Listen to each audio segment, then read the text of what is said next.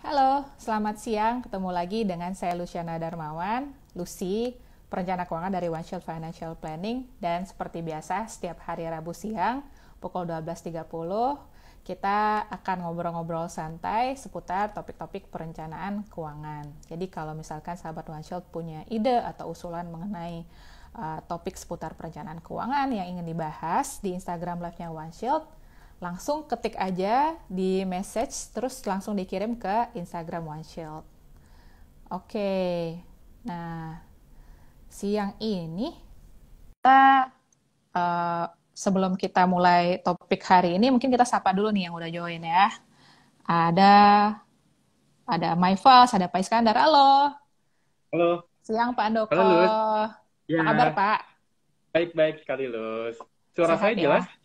Suara saya Jelas jelas? Pak, jelas banget. Gambarnya juga jelas? Gambarnya jelas banget Pak. Aduh banyak banget nih Oke, Pak sertifikatnya nih. ada beberapa aja. Oke, Pak, nggak berasa sekarang udah minggu ketiga November loh, Pak. Iya, betul, betul. Iya, udah. Jadi kemarin kan sempat rame tuh di sosial media kan, jadi ternyata si virus corona ini udah ulang tahun yang pertama, Pak.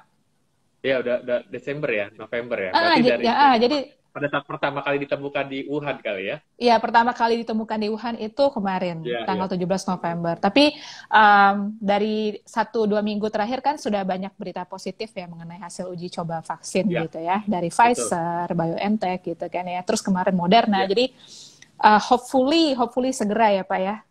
Jadi semoga mudah-mudahan. pandemi Apalagi ini berakhir. kemarin kan BPS juga sudah mengeluarkan data ekonomi ya bahwa Ya, di Q3 ini kita apanya tuh pertumbuhan ekonominya dibanding Q2 itu udah naik iya 5%, betul. walaupun masih minus ya. Karena sebelumnya kan Iya, minus 5, sekian persen, sekarang minus 3%. yes, Naik 3, 5, ya. 5 sekian persen. Nah, diharapkan Iya. di Q4 nanti akan ada akan lebih baik lagi dibandingkan Q3. Bahkan kalau saya lihat dari beberapa hasil analisa dari IMF, World Bank, dan OECD, Iya. Indonesia kemungkinan besar di tahun depan itu sudah positif pertumbuhan ekonomi di level 4-5%. Aduh, amin amin ya Pak ya. Tinggal kita berharap supaya penanganan virus COVID-19-nya bisa konsisten ya. Jadinya itu Iya aja betul, sih. khususnya di Indonesia ya, benar-benar Ya, benar banget. betul, betul. I see. Oke, kita sapa dulu nih Pak yang udah join nih. Siang Silakan, ini silakan. bersama kita ada, wah udah rame nih, ada Pak Iskandar, Mas Benny, Benhar, ada Bu Mira, ada Uci, Muasti, ada Mbak Fitri, halo Mbak Yulias, Pak Fajri, ada Pak Budi, Pak Michael. Oke, Pak, jadi biasanya kalau akhir tahun nih kalau kita ngomong soal financial planning gitu ya Pak ya, kan Ya, mm-mm. idealnya tuh udah mulai review-review gitu ya Pak ya, review. Jadi Betul. setahun setahun ini kira-kira tujuan-tujuan keuangannya yang mungkin udah di set dari awal tahun tuh udah sampai mana sih progresnya gitu ya. Betul, Terus betul. terus portofolio investasi kita gimana kondisinya gitu ya Pak ya. Iya, iya. Idealnya begitu ya Pak ya. Ya harusnya demikian. Jadi Harusnya eh, demikian. di bulan Desember itu kan Mm-mm. nanti kita akan lebih baik kita mereview kondisi keuangan kita. Karena kan Mm-mm, apalagi di mm-mm, saat nanti COVID-19 mm-mm. ini ya, itu pasti akan sangat berpengaruh buat kita semua. Buat teman-teman yang bekerja kemudian punya impact terhadap misalnya ada PHK, pensiun dini, atau misalnya dikurangin penghasilannya misalnya, atau Mm-mm. dikurangin transportnya dan makannya, itu pasti akan berpengaruh pada kondisi keuangan kita. Atau misalnya ada teman-teman yang punya utang, kemudian harus restrukturisasi kepada bank, ya misalnya, itu juga pasti akan berpengaruh ya terhadap income, terhadap utang atau biaya-biaya yang kita keluarkan. Otomatis nanti kan analisa rasionya pasti beda-beda tuh ya. Maksudnya berubahnya Iya, cukup, bisa jadi ada yang cukup drastis. Atau iya. terkait dengan dana darurat dan yang lainnya, atau memiliki asuransi dan yang lainnya. Kurang lebih gitu itu sih. Oke. Nah, saya bisa ngomong gitu kan karena kan saya udah belajar financial planning nih, Pak. Ya. Terus tapi Mm-mm. kira-kira mungkin teman-teman yang lain gitu ya, mungkin yang masih awam gitu dengan financial planning gitu kan. Sebenarnya Ya. mereka pun bisa melakukan proses itu sendiri nggak sih, Pak? Maksudnya sesuai dengan topik kita nih, be a financial planner Oke. for yourself. gitu. Iya, iya. Oke. Lucy, jadi gini, Ah, saya itu belajar financial planning sejak tahun 2004. Oke tuh ya. ya, Jadi saya lulus S2 Finance Investment. Kemudian ya. saya lihat ada satu topik, kalau dulu namanya itu Diploma Financial Planning, Lucy. Kalau sekarang kan Ya. namanya CFP Exam Preparation, kurang lebih kayak gitu. Ya, Certified Oh, Financial oke. Planner Exam Ya. Preparation. Kalau dulu namanya Mm-mm. Diploma Financial Planning. Modulnya tetap sama, modulnya tetap sama. Mm-mm. Modul 1 yang modul 4 ya. Nah, waktu itu saya berpikir bahwa saya ikutan financial planning hanya untuk diri sendiri, hanya untuk diri sendiri Oh ya. gitu, oke Maksudnya ya. ya jadi saat itu saya ingat di tahun 2004 mungkin ya saya Mm-mm. ingat pada saat itu reksadana udah mulai bertumbuh, kemudian saham juga udah mulai, pasar modal kita juga udah mulai bagus ya saya lihat. Mm-mm. Kemudian pada saat saya sudah menyelesaikan, saya coba nih mengolah minimal aset alokasi saya. Jadi dulu saya yang cuma tahu tuh hanya deposito tabungan, nggak lebih dari yang lain lagi terkait dengan investasi. Yang kedua, Ya. saya punya produk asuransi, tapi produk asuransi saya pada saat itu adalah lebih banyak kepada endowment ya. Endowment tuh maksudnya dwiguna yang Anda bayar reguler, kemudian nanti ada berapa tahun, 20 tahun misalnya, kalau nggak salah saya 21 tahun gitu ya. Saat itu saya bayarnya lamsam, jadinya saya nggak bayar reguler gitu ya. Mm-mm. Kemudian dari situ juga saya belajar bagaimana membuat cash flow management, jadi terus ya. Ya. Kemudian saya mulai belajar lagi, kalau di modul-modul itu kan kita di financial planning, kalau teman-teman belajar ya atau yang pernah belajar, Anda kan dapat cash flow management ya, Anda dapat tentang insurance planning, investment planning, personal tax planning, asset planning, kemudian retirement planning. Jadi mulai mulai memikirkan hal-hal seperti itu loh. Jadi Ya. Oh, oke. Jadi awalnya tuh motivasinya memang karena Bapak memang mau memperdalam ya, ilmu mengenai perencanaan keuangan gitu ya. Khususnya ya betul. investasi gitu ya awalnya ya. Oke. Betul, betul. Jadi sebenarnya saya Terus, ingin merubah pola alokasi aset aja karena waktu itu oke. saya cuma hanya tahunya itu tabungan deposito ya. Ya, Walaupun ya. sebenarnya tahun 2003 sebenarnya saya sudah melakukan investasi di salah satu saham bank BUMN pada saat itu. Mm-mm. Kemudian di tahun 2004 kalau nggak salah setelah saya lulus itu saya mulai taruh uang saya di reksadana pada saat itu. Mm-mm, Karena mm-mm. begitu saya mulai mulai tahu, saya mulai mempelajari beberapa produk-produk investasi. Begitu, loh. I see. Oke. Kalau saya boleh sharing juga nih, Pak. Jadi Ya. sama, Pak. Jadi saya dulu Hmm. belajar financial planning itu karena memang untuk kebutuhan pribadi dulu gitu Ya. kan. Jadi kan Hmm. karena dulu saya kerja di corporate gitu kan. Jadi Ya. fix fix income tiap bulan terus tiba-tiba mau memutuskan untuk berhenti kerja kantor gitu kan. Jadi saya langsung Ya. panik gitu Pak, karena kan secara investasi belum ngerti gitu kan. Terus Hmm. kira-kira nanti penghasilan dari pasangan aja cukup apa enggak gitu. That's why makanya saya ikut ini kan ikut kelas CFP gitu Ya, kan di ya, One ya. Shield gitu kan. Terus akhirnya ya Betul. udah gitu kan. Hmm. Malah Saya jadi cermati profesi. juga ya, Lus, ya Mm dulu -hmm. beberapa teman-teman yang mengambil apa tuh certified financial planner terutama ya, atau Iya, register iya. financial planner, qualified planner. Saya cermati ada beberapa, misalnya saya ada peserta yang dia baru di PHK ya, Mm baru di -hmm. Mm PHK -hmm. bahkan kena investasi bodong ya, Mm -hmm. terus dia ikut kelas ya. Iya. Jadi dari situ kemudian dia bilang bahwa saya tadinya buat diri sendiri Pak, kemudian karena dia punya pengalaman di PHK, kemudian dia kena pengalaman kena investasi bodong, dia belajar, akhirnya dia digunakan buat diri sendiri, kemudian dia coba untuk sharing session ke orang lain. Bahkan sekarang saya cermati dia banyak Oh. diundang perusahaan-perusahaan terkait retirement planning, terutama yang di PHK. Karena dia punya pengalaman pribadi itu contoh Oh ya. gitu. Terus Oke.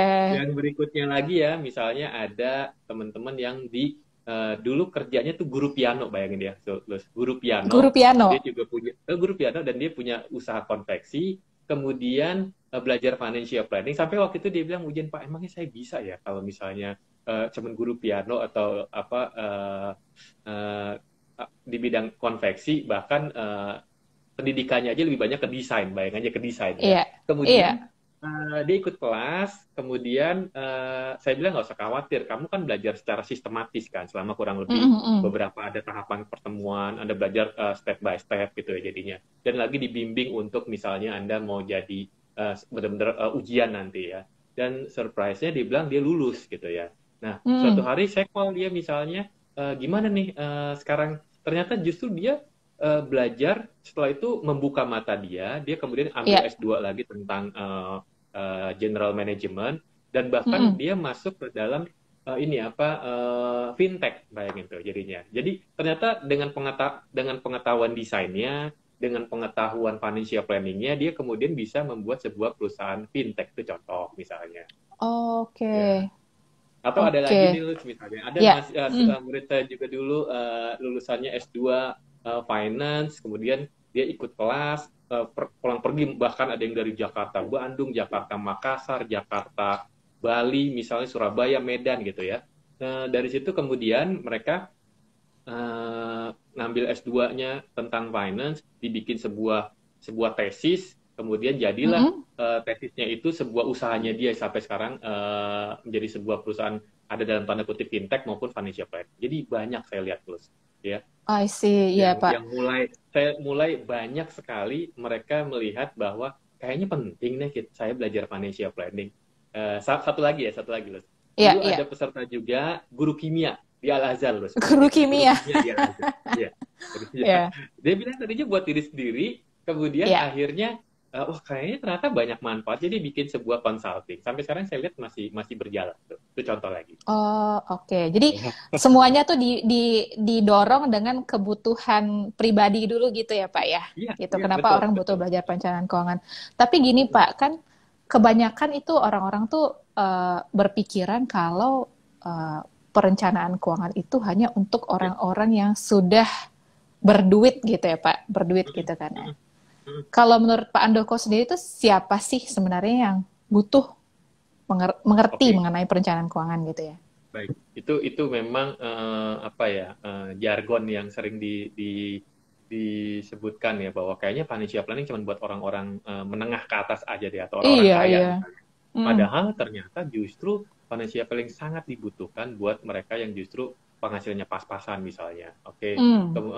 contoh ya, kita pernah loh nanganin klien yang hanya pengen dibuatin cash flow manajemennya aja, itu contoh sederhananya ya. Atau Ya, kita pernah nanganin klien yang masalah di hutang misalnya ya. ya, Bahkan kalau kita edukasi ke beberapa karyawan-karyawan di sebuah perusahaan, atau kita misalnya bikin kelas-kelas publik ya, ya, mereka justru ikut itu memang karena ingin memperbaiki keuangannya ya, di mana pas-pasan pada saat itu misalnya, tentunya ya Lus ya, sebetulnya iya. semua dimulai bukan cuma hanya teknikal, itu kan sebenarnya bagian teknikal. Tentunya juga harus dibarengi dengan mindset mereka ya, Mindset mindset ya, iya. mereka atau keinginan mereka untuk berubah ya jadinya. Nah, keinginan untuk berubah, mindsetnya mereka, kemudian kemampuan mereka mengelola uang, itu membantu mereka untuk bisa lepas dari kesulitan finansial. Itu yang saya Iya, cermati. Jadi justru sebenarnya di kalangan teman-teman yang dalam tanda kutip keterbatasan, iya. mulailah dari yang kecil.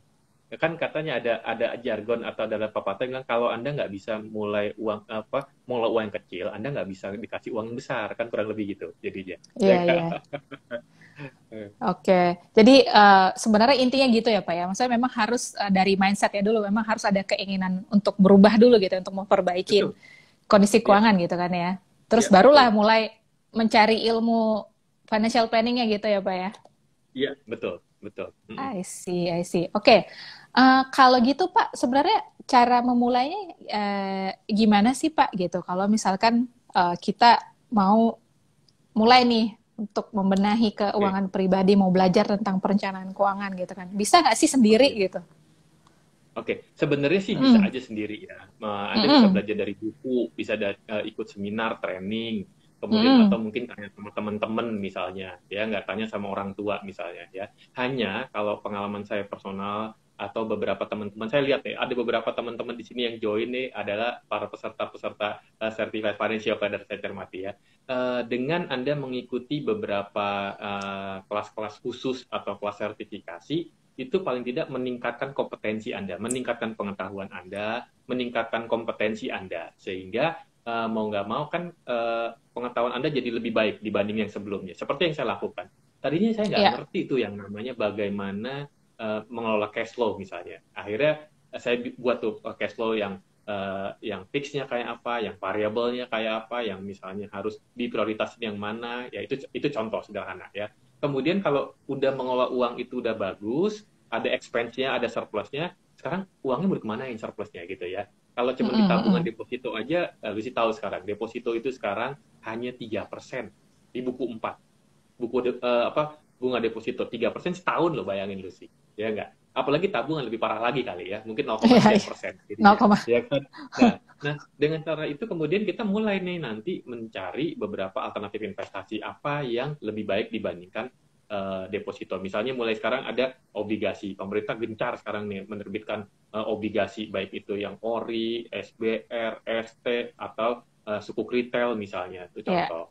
Kemudian kalau misalnya teman-teman mau naik kelas lagi, mulai belajar tentang saham misalnya. Kemudian di situ kita tahu ya sekarang, saya lihat nih contoh data BPS kemarin ya.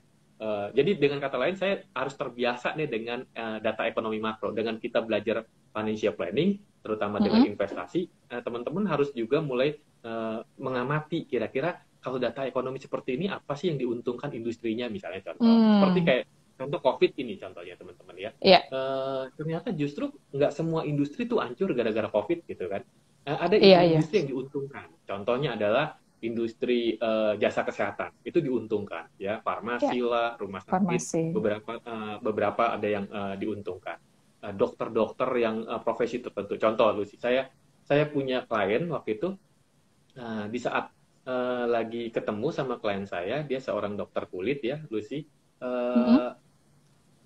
Saya ketemu dia bilang gini, Pak, saya cukup surprise nih di saat COVID-19 ini. Kenapa? Karena justru omset saya meningkat di saat COVID-19.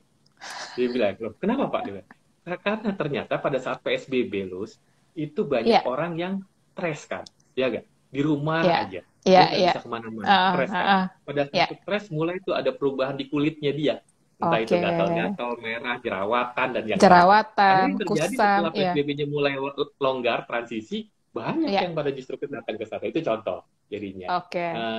Kemudian yang berikutnya lagi adalah Anda bisa tahu tentang apa aspek-aspek investasi aspek-aspek pajak terhadap investasi Anda ya. Kemudian Anda akan lebih tahu lagi nanti tentang asuransi, baik itu asuransi jiwa, asuransi kesehatan, asuransi general misalnya, kemudian produk-produknya seperti apa. Ya, jadi Anda lebih memahami.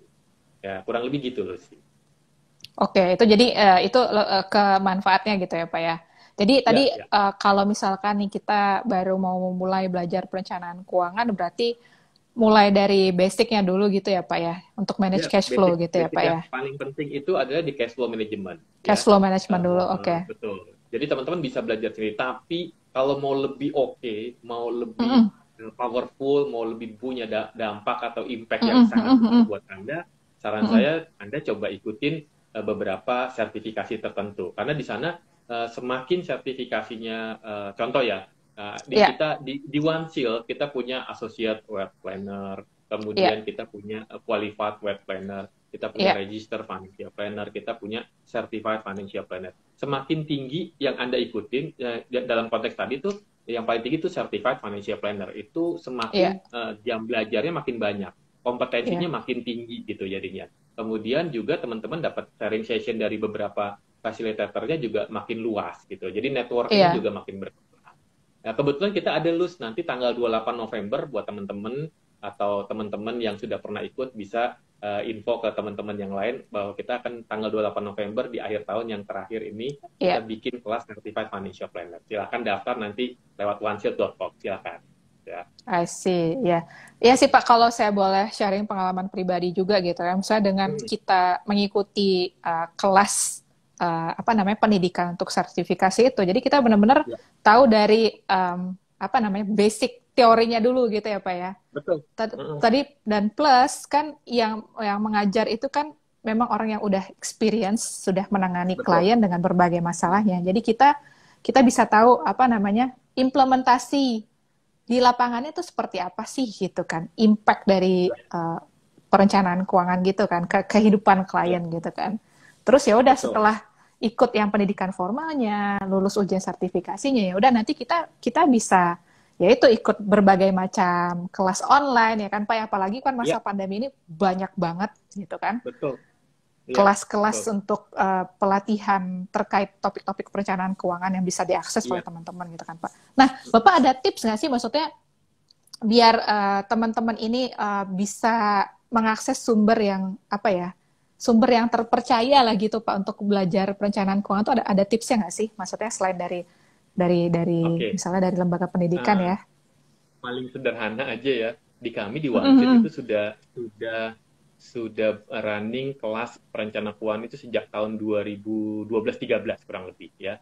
Sementara saya Oke, personal aja sejak tahun 2007 sudah memberikan mentoring buat teman-teman yang ingin memperdalam jadi seorang financial planner. Jadi ya. paling simpel Anda bisa join di OneShield untuk ikutan beberapa kelas yang ada di dalam OneShield. Jadi terserah nanti Anda tinggal sesuaikan dengan budget aja. Kalau misalnya Ya, yang budgetnya lebih rendah, Anda bisa ikut yang kelasnya mungkin sesuai dengan apa, misalnya AWP atau KWP misalnya atau RFP.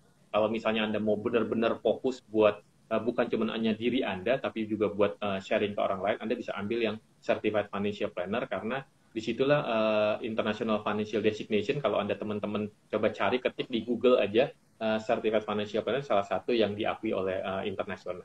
Jadi paling gampang bisa join di OneShield, Lucy. oke, sip. Thank you Pak untuk infonya ya. Jadi untuk kelas Ya, terdekat CFP itu nanti mulai tanggal 28 28, November ini ya 28 Pak ya? November. Ya, Oke, jadi November ini. Betul. ada itu kelasnya diadain 6 minggu ya Kita Pak ya? 6 bikinnya minggu. sekarang karena COVID, kita bikinnya Ya, 12 kali, Lucy. 12 kali Jadi sehari pertemuan. hanya 4 jam. Karena kalau dia Oke. seharian full itu kan lumayan ya. Capek juga sehari 8 jam Iya, gitu ya. Beda sama iya. offline. Ya gak?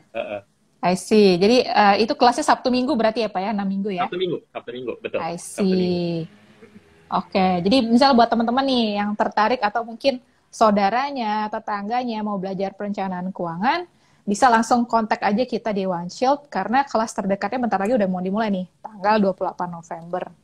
Ya, betul. Oke, nah Pak, ini ada pertanyaan dari Pak Michael Hendra nih. Ya. Oke, setelah mengikuti program pembelajaran di OneShield, semisal CFP bakal gabung ke komunitas OneShield juga nggak Pak? Oh iya, tentu Of sekali. Jadi kalau course ya. teman-teman, Hmm. kalau misalnya udah join, maka nanti kita itu punya udah hampir ribuan teman-teman yang sudah ambil Certified Financial Planner, Registered Financial Planner, Qualified Planner. Kita punya komunitas tertentu khusus yang buat OneShield aja. Jadi nanti begitu Ya, selesai, biasanya kita akan undang untuk join. Di situ nanti ada isu-isu terkait financial planning topik yang lagi hot, misalnya kita bisa diskusi di situ. Jadi mm, mm, teman-teman mm. bukan cuma hanya dapat setelah dilepas begitu aja. Jadi Anda bisa join ya. Bahkan kalau misalnya ada yang kayaknya saya merasa kurang, silahkan aja join lagi untuk sit in lagi ya. Sampai Anda puas sih kita bebasin tuh jadinya. Jadi teman-teman bisa lebih merasa kalau dalam tanda kutip kurang, bisa ikutan kelas lagi, merimain lagi apa yang diberikan oleh fasilitatornya, bahkan bisa jadi malah jadi dapat networking yang lain, kurang lebih kayak gitu. Oh gitu. Jadi Ya, boleh ikutan lagi gitu ya Pak ya di boleh, batch berikutnya boleh. untuk Ya, refresh lagi bebas. gitu ya Pak ya. Kita Bebas bebasin ya. mau sampai berapa kali sampai anda dalam tanda kutip bosan, silakan aja. Oke oke. Oh sama ini mungkin salah satu sumber lainnya juga ini Pak kan kita kan punya cerita uang ya Pak ya. Kita punya komunitas Ya, ya, cerita ya. uang. Hmm. Jadi kalau misalkan teman-teman mau mulai belajar nih gitu kan mengenai financial planning gitu, jadi bisa cek juga tuh Instagram, ya Instagramnya OneShield, Instagramnya cerita uang. Terus cerita uangnya juga kan memang komunitas ya, jadi sering banget ngadain kelas-kelas online gitu kan ya, seputar topik-topik perencanaan keuangan, mulai dari yang manage cash flow, investasi, dan itu semuanya diadakan secara online gitu. Jadi nggak ada alasan lagi gitu untuk, aduh susah nih aksesnya untuk belajar gitu kan, karena Betul, semuanya betul. online sekarang ya Pak ya, gitu kan. Iya. Kita Ya, selain ada komunitas cerita uang, ada juga komunitas belas keuangan juga di situ. Anda juga iya bisa betul. join misalnya, silakan.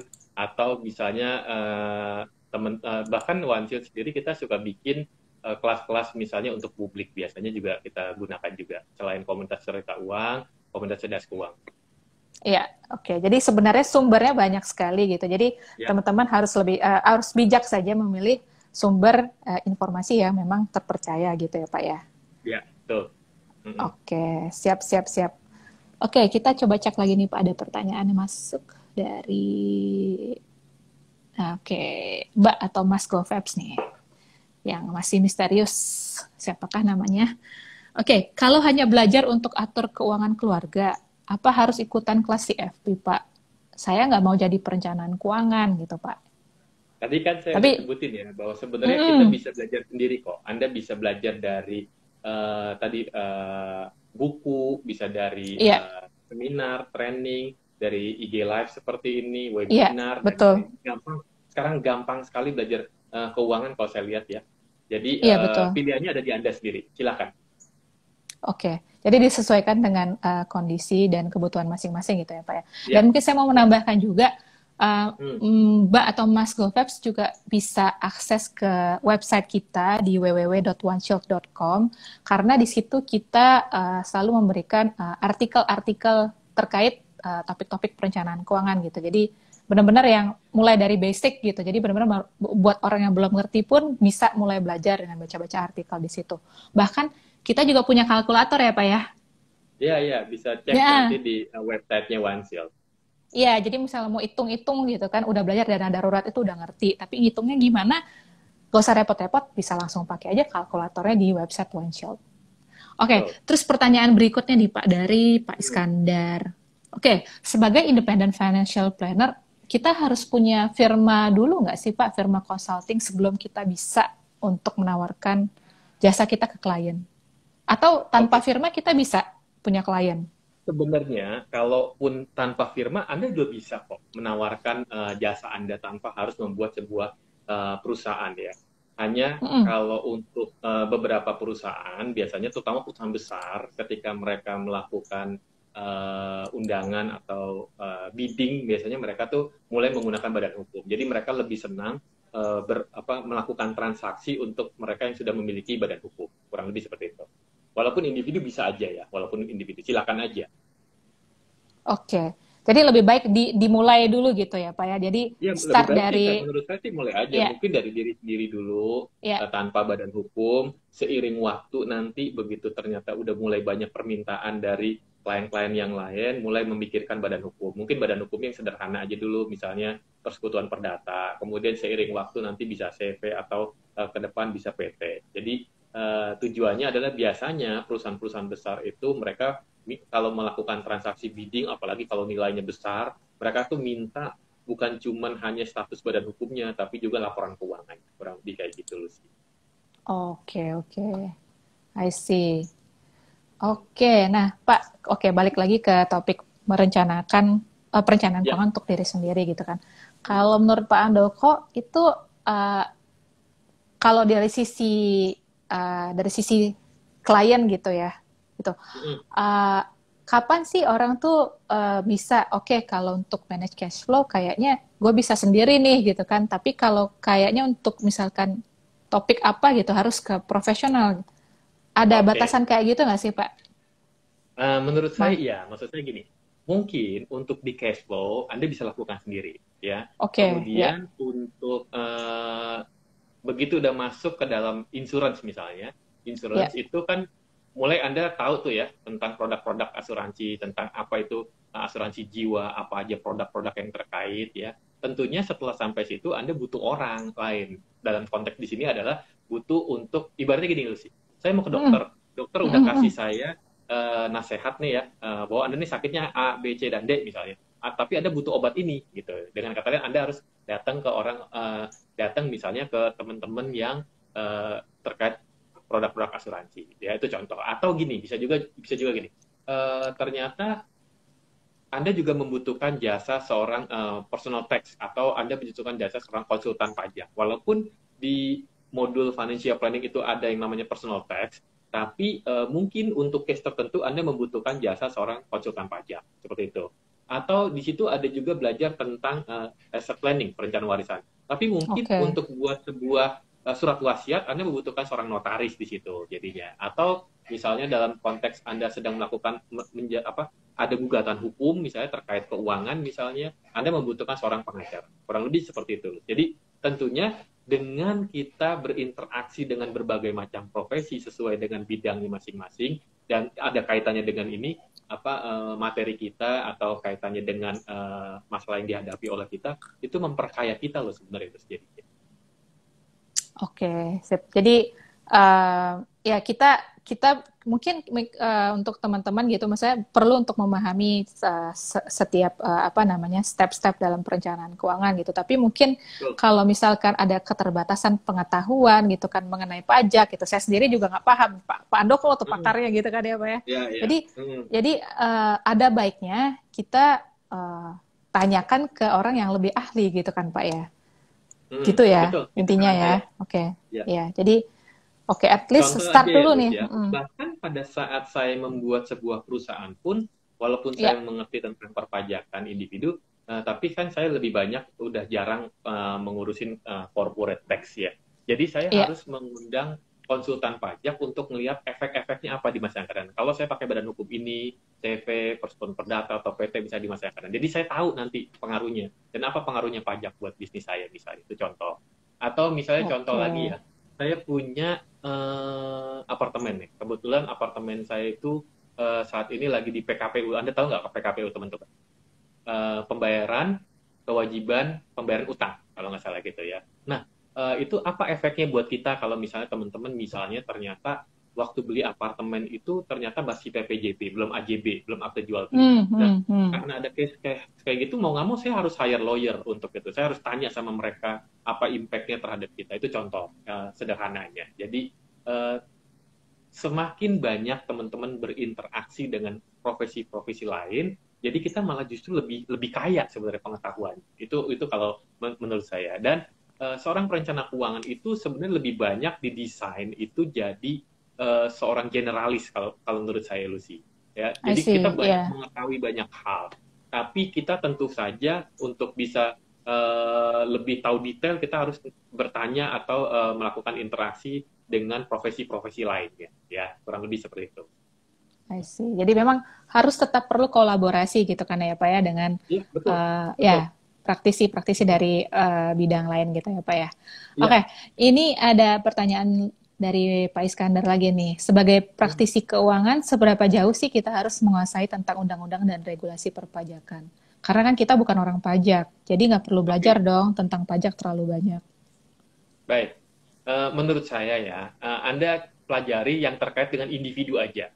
Ya, terkait individu. Karena kan Anda nggak menjalankan bisnis kan, ya. Terkait apa aja pajak-pajak yang terkait individu, misalnya objek pajak apa saja yang terkait dengan individu, kemudian yang bukan objek pajak apa saja, ya, kemudian apalagi ya, pajak final, pajak non final, itu yang simpel kalau menurut saya, nggak usah sampai terlalu detail-detail, lebih detail lebih bagus menurut saya ya, tapi kan kalau yang kita yang bukan di bidangnya, bahkan pada saat saya lulus dulu S1 fiskal itu kan kita memang sarjana pajak ya, administrasi fiskal. Nggak mungkin juga kita langsung ngerti kalau misalnya kita nggak nyemplung atau nggak langsung masuk ke dalam perusahaan misalnya ya, karena kan kita cuma tahu teorinya aja kan ya. Jadi kita harus mau nggak mau seperti yang saya pernah lakukan adalah mau nggak mau saya harus setelah lulus harus masuk ke dalam sebuah perusahaan nanganin pajaknya misalnya, sehingga jadi lebih paham. Sama juga dengan teman-teman perencana keuangan kan yang didapatkan baru teorinya kan. Ya, nanti teman-teman akan bisa dapat lebih banyak ketika ada case-case tertentu atau Anda punya masalah sendiri yang Anda bisa selesaikan dengan berinteraksi dengan profesi-profesi lain. Jadi terkait pajak, ambil yang hanya individu aja. Itu saran saya. Ya.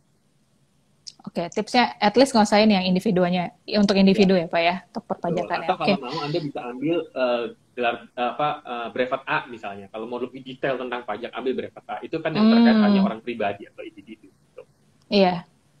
Oke, sip. Semoga menjawab nih pertanyaannya Pak Iskandar. Oke, next question Pak dari Pak Michael. Nah, ini mungkin perlu Pak Andoko share juga nih ke teman-teman. Jadi financial planning itu cakupannya apa aja sih Pak gitu? Karena Pak Michael kayaknya baru ngeh bahwa tuh ternyata cakupannya luas gitu. Jadi nggak cuma manage cash flow atau dana darurat doang atau asuransi doang, tapi ada investasi. Tadi yang Bapak bilang perencanaan pajak, pensiun gitu. Mungkin bisa di-share Pak, Ya, apa yang dipelajarin seorang Jadi, perencana keuangan? jadi kalau Anda belajar financial planning, Anda akan dapat kurang lebih, terutama di CFP exam preparation yang Yap, diadakan yap. oleh Wancil.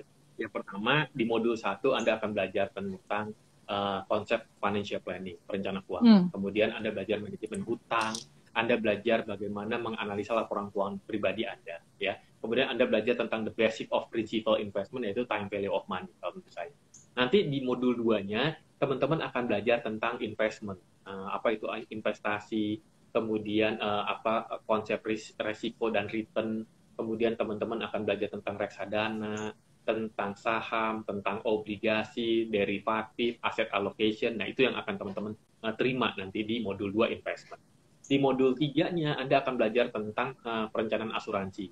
Anda belajar tentang manajemen resiko, konsepnya, Anda belajar asuransi jiwa, asuransi kesehatan, jenis-jenis asuransi jiwa apa, misalnya term life, whole life, endowment, kemudian unit link misalnya. Kemudian Anda akan belajar juga tentang asuransi kesehatan dan bagaimana menghitung uang pesangon yang ideal. Ya. Kemudian di modul 4-nya, teman-teman akan belajar tentang perencanaan pensiun, perencanaan warisan dan hibah, perencanaan pajak pribadi. Kurang lebih itu nanti teman-teman yang akan dipelajari. Kalau misalnya Anda akan mau ikutan CFP exam preparation. Jadi itu yang saya bilang, Anda akan jadi generalis tuh, ya. Nantinya kalau misalnya Anda mau jadi seorang perencana keuangan, Anda harus menjadi seorang spesialis. Anda akan mana yang sesuai dengan, bisa jadi background Anda, bisa juga experience Anda. Itu bisa membantu Anda untuk menjadi seorang perencana keuangan. I see. Berarti dengan mengikuti kelas persiapan sertifikasi CFP itu jadi bisa dibilang tuh mencakup benar-benar komprehensif, mencakup semuanya gitu kan Pak ya? Ya, betul, betul. Oke. Oke, jadi memang kita pelajarin semuanya, tapi nanti by the time misalkan teman-teman mau berencana untuk jadi perencana keuangan, ya udah nanti ya diperdalam di bidang yang memang kita punya spesialisasinya gitu ya Pak ya? Ya, betul. Bisa kayak gitu ya? Ya. Oke, siap. Nah, terus ada pertanyaan lagi nih. Oh, tadi nih Mbak Carol nanya, ini kepo nih Pak, apartemennya di mana Pak? Gitu, rahasia ya Pak ya? Tapi saya kemarin habis ikut Asosiasi Real Estate Broker Indonesia, itu seharian ya. Jadi di situ salah satu pembicaranya adalah Hotman Paris. Nah, jadi bahkan saya aja harus sering belajar gitu ya terkait properti ya. Jadinya gini, mereka bilang sejak tahun 2013 para developer itu bilang memang sejak tahun 2013 properti mengalami stagnasi ya. Kemudian dengan adanya COVID-19 ini teman-teman ya, kalau teman-teman datang ke pengadilan niaga katanya hampir setiap hari itu orang kumpul di sana untuk ngurusin mengenai PKPU yang terjadi pada hampir semua developer. Ya, developer itu sekarang ngalamin masalah kemacetan pembayaran. Lebih banyak sebenarnya gini, Lucy. Banyak beberapa developer dan tanda kutip ada yang nakal. Nakalnya adalah ketika mereka seharusnya sudah sudah membangun apartemennya tapi mereka nggak bangun ya, sehingga mereka kemudian dipilotkan, tapi dipilotkannya dengan PKPU. PKPU itu maksudnya adalah dengan damai dulu di awal, kurang lebih kayak gitu. I see. That's why kita maksudnya kita juga perlu banyak baca berita juga gitu ya Pak, yang menambah ilmu kita juga gitu ya, untuk supaya kita tahu apa yang terjadi di market gitu kan, yang mungkin kaitannya dengan aset dan investasi yang kita punya. Oke, halo Pak, koneksinya agak terputus ya barusan. Ya, oke. Jadi kalau teman-teman beli properti, saran saya adalah pastikan pada saat setelah beli propertinya, Anda harus secepat mungkin bikin akte jual beli. Karena kalau teman-teman belinya itu masih PPJB, itu dianggapnya hanya tercatat sebagai kreditur. Tapi kalau udah akte jual beli itu bisa jadi sudah paling tidak dalam tanda kutip itu kurang lebih jadi milik Anda. I see. Kedengeran? Oke, kedengeran Pak. Okay. I see. Jadi itu tips juga ya, maksudnya buat teman-teman yang berencana untuk punya properti ya. Anda nggak usah jauh-jauh ya. Coba aja browsing di googling aja ya.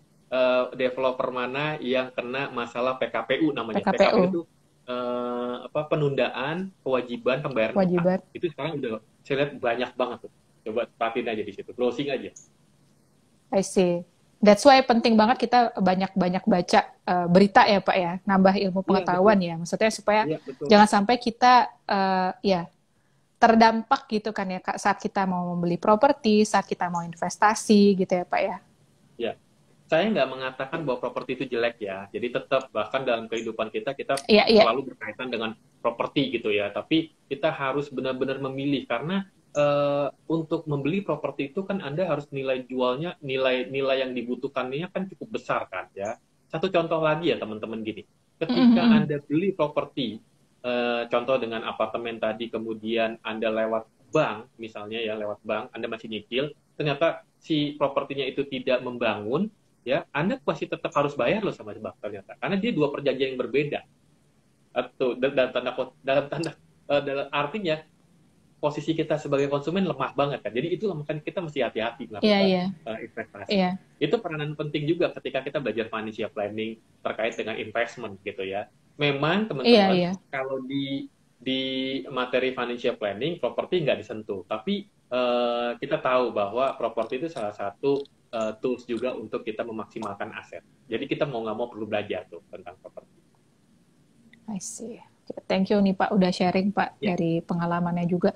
Oke, terus nih ada pertanyaan lagi dari GoFabs. Untuk materi keuangan keluarga, apa aja ya topik yang bisa dipelajari ya di kelas-kelas OneShield? Keuangan keluarga. Saat ini mungkin Lucy bisa share dulu kalau di cerita uang seperti apa? Keuangan keluarga itu jadi sebenarnya dari topik kayak dari basic dulu sih Pak. Jadi dari manage cash flow itu kan Ya. kaitannya dengan keuangan keluarga gitu ya, benar-benar yang fundamentalnya gitu kan ya. Terus investasi juga kita bahas misalkan per per jenis produk pun kita punya kelasnya. Jadi misal teman-teman mau ngerti apa sih itu reksadana, apa sih itu investasi saham, itu juga bisa dipelajarin. Terus tadi kaitannya juga dengan manajemen utang pun kita punya kelasnya, Pak. Oke. Jadi itu ya, saya rasa terkait cash flow, investasi, manajemen hutang, sama mungkin produk-produk asuransi ya, supaya mereka sama perencanaan hari tua juga, yes betul. Oke. Ya, kurang lebih itu Ya, tuh jawabannya kurang dari, lebih seperti itu. Ya. Maupun yang diadakan oleh OneShield. Oke, siap. Oke. Mungkin teman-teman kalau masih ada pertanyaan bisa langsung ketik aja di kolom komen. Terus dari Pak Andoko sendiri ini ada ini nggak Pak?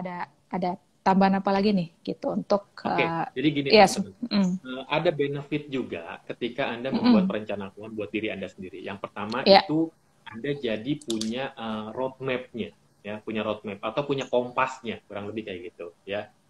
Karena Anda kan jadi tahu, oh ternyata uang Anda itu sebenarnya digunakan untuk apa sih? Ketika saya punya surplus, ya Anda mesti memikirkan untuk minimal buat diri Anda sendiri misalnya, apakah harus di-develop diri Anda supaya Anda punya kompetensi yang lebih bagus. Kompetensi Anda yang lebih bagus itu pada akhirnya kan nanti bisa membuat daya tawar Anda itu jadi lebih bagus. Ketika misalnya Anda bekerja, Anda bisa dapat pindah dengan penghasilan yang lebih baik ya.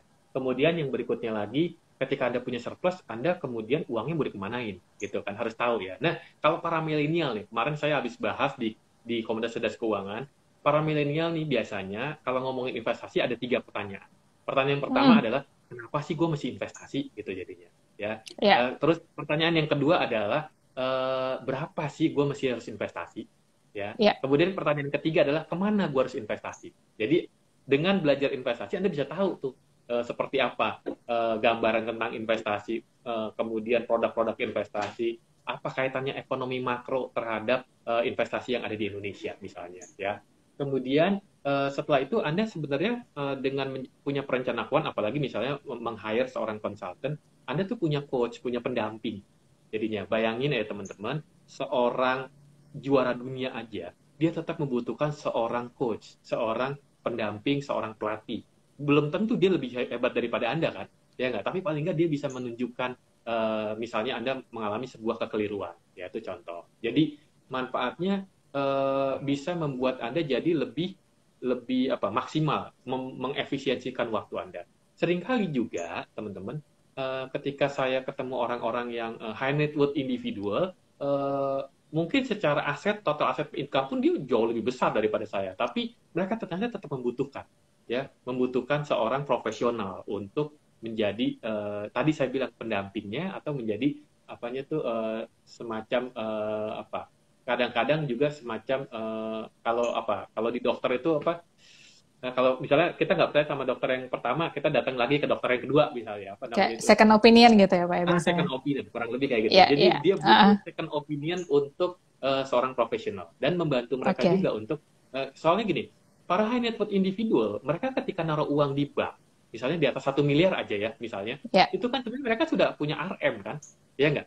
ya, ya, Relationship manager, ya. ya, Tapi kan bisa jadi ada beberapa dalam tanda kutip mereka hanya menservis terkait hanya produknya dia, ya itu contoh. ya, Jadi itulah sebabnya mereka tetap membutuhkan seorang profesional untuk ya. second opinion gitu. Itu contoh jadinya. Gitu, Mas. Oke. Jadi supaya dia bisa dapat input yang independen gitu ya Pak ya. Ya, betul, betul. Ya, setuju, setuju. Ya, Oke, jadi saya coba merangkum ya Pak ya ya. untuk sesi hari ini gitu kan. Ternyata Jadi udah tinggal sebentar lagi tuh. iya, sebentar lagi nggak berasa Pak. Iya, Oke. tuh.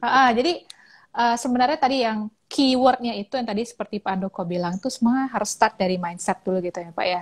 Jadi memang Ya, harus kita punya kesadaran bahwa kita ada sesuatu yang perlu kita improve dari kondisi keuangan kita dan kita harus punya keinginan dulu nih untuk berubah gitu kan Pak ya. Kalau nggak kan gimana mau betul. belajar ilmu financial planning gitu kan ya. Kalau nggak ada motivasi gitu untuk berubah gitu kan ya Pak ya. Ya. Gitu. Terus nah sumbernya dari mana untuk belajar gitu kan banyak banget, bisa dari buku, dari internet, website, artikel, bisa baca di websitenya OneShield juga gitu kan, atau Ya, benar-benar ikut yang pendidikan formal gitu ya Pak ya. Pendidikan betul. formal bisa di OneShield, kita punya kelas mulai dari yang Associate Wealth Planner, Qualified Wealth Planner gitu kan, ada RFP, kemudian yang paling lengkap itu adalah Certified Financial Planner gitu kan ya. Terus nanti tadi ada kelas-kelas juga banyak dari kelas cerita uang, cerdas keuangan, bahkan dari Instagram live-nya OneShield pun teman-teman bisa belajar Ya, gitu kan. betul. Jadi aksesnya sekarang udah nggak terbatas gitu ya Pak Andoko ya. Betul, betul. Ya, Bahkan kita nah, ya Lucy ya, ya. sekarang peserta CFP kita bukan hanya dari luar kota, bahkan luar negeri sekarang. Tuh, Oh itu gitu Pak, terjadi udah sekarang. ada. Iya, betul. Oke. Udah ada. Kemarin kita ada peserta dari Tokyo, Jepang. Oh gitu, Waktu kita bikin wow. event ada peserta dari Paris misalnya tuh. Iya, Kayak iya. gitu. Udah mulai ke luar negeri kayaknya sekarang. Udah I jadi borderless see. ya sekarang. Borderless ya sekarang semua ya. I see, wow. Oke. Hmm. Terus tadi manfaatnya apa sih gitu kan kita ngerti perencanaan keuangan ya banyak banget, terutama seperti kemarin nih Pak berdasarkan hasil polling kita di Instagram Story gitu kan. Jadi ternyata motivasi dari teman-teman untuk belajar perencanaan keuangan itu adalah untuk mempersiapkan keuangan masa depan gitu. Ya, Nah, betul. persiapan keuangan masa depan kan berarti kan kita at least harus tahu dong step-stepnya seperti apa gitu kan. Tadi yang seperti Pak Andoko bilang gitu kan. Kita harus rencanain kalau kita punya surplus investasinya mau di instrumen apa gitu ya Pak ya. Berapa yang harus saya sisihkan tiap bulan gitu kan ya. Jadi kan itu kan memang Betul. butuh mengerti mengenai perencanaan keuangan gitu. Nah, Ya. terus mungkin nih Pak, saya mau share sedikit nih, saya baca hasil survei, tapi di Amerika ya. Jadi ada satu perusahaan, itu namanya Schwab, jadi dia melakukan survei gitu kan terhadap 1.000 orang, dan dia menemukan 78% dari orang yang punya financial planning itu, mereka bisa mencapai tujuan keuangannya dan mereka bisa bayar Ya. bills-nya mereka gitu. Dan 60% orang yang punya perencanaan keuangan tertulis itu merasa financially stable Oh, oke. Ya. gitu. Jadi benar-benar kita perlu tuh ya Pak ya bikin perencanaan keuangan pribadi Perlu, tertulis gitu perlu. kayak ya Betul. Iya. gitu. Jadi memang dan yang terakhir itu adalah 56% itu merasa bahwa mereka lebih confident untuk mencapai tujuan keuangan mereka dengan adanya Ya. financial plan gitu. Jadi Ya. memang Betul. besar sekali manfaatnya ya Pak ya. Iya. Oke, sip. Bapak mungkin ada pesan-pesan lagi Dua sebelum poin kita tutup? aja. Tadi Ya. Lucy bilang sebagai penutup untuk berubah, Anda ikutin aja jargon ABC. ABC Apa itu itu Pak? awareness before change. Untuk berubah, maka harus dibuat kesadaran, ya. Nah, kesadaran itu bisa juga Anda misalnya dalam konteks perencanaan keuangan atau keuangan, kesadaran itu bisa dimulai dari baca buku, Anda ikut seminar, training, ikut sertifikasi ya. Terus yang kedua, untuk mulai merubah diri, maka mulai dari diri sendiri. Makanya ada jargonnya bilang atau pepatah bilang, for things to change, I have to change first. Itu penutup dari saya. Terima kasih. Oke. Oke, awareness before change dan for things to change I have to change I have to change first. Ya. I see. Wow, oke itu harus dari diri saya dulu gitu jadinya. Oke. Siap. Itu teman-teman dicatat tuh. Ya. 2 pesan dari Pak Andoko. Oke, siap. Thank you banget Pak Andoko sudah sharing siang ini gitu. Semoga teman-teman di sini bisa mendapatkan ilmunya juga dan bisa lebih meningkatkan ilmunya mengenai perencanaan keuangan. Thank you teman-teman yang siang ini udah join dan selalu setia join setiap hari Rabu ya di Instagram OneShield. Nah, jadi sampai ketemu lagi. Sampai ketemu lagi Rabu depan seperti biasa jam 12.30. Oke, thank you. Bye-bye. Thank you, Pak. Yuk, bye.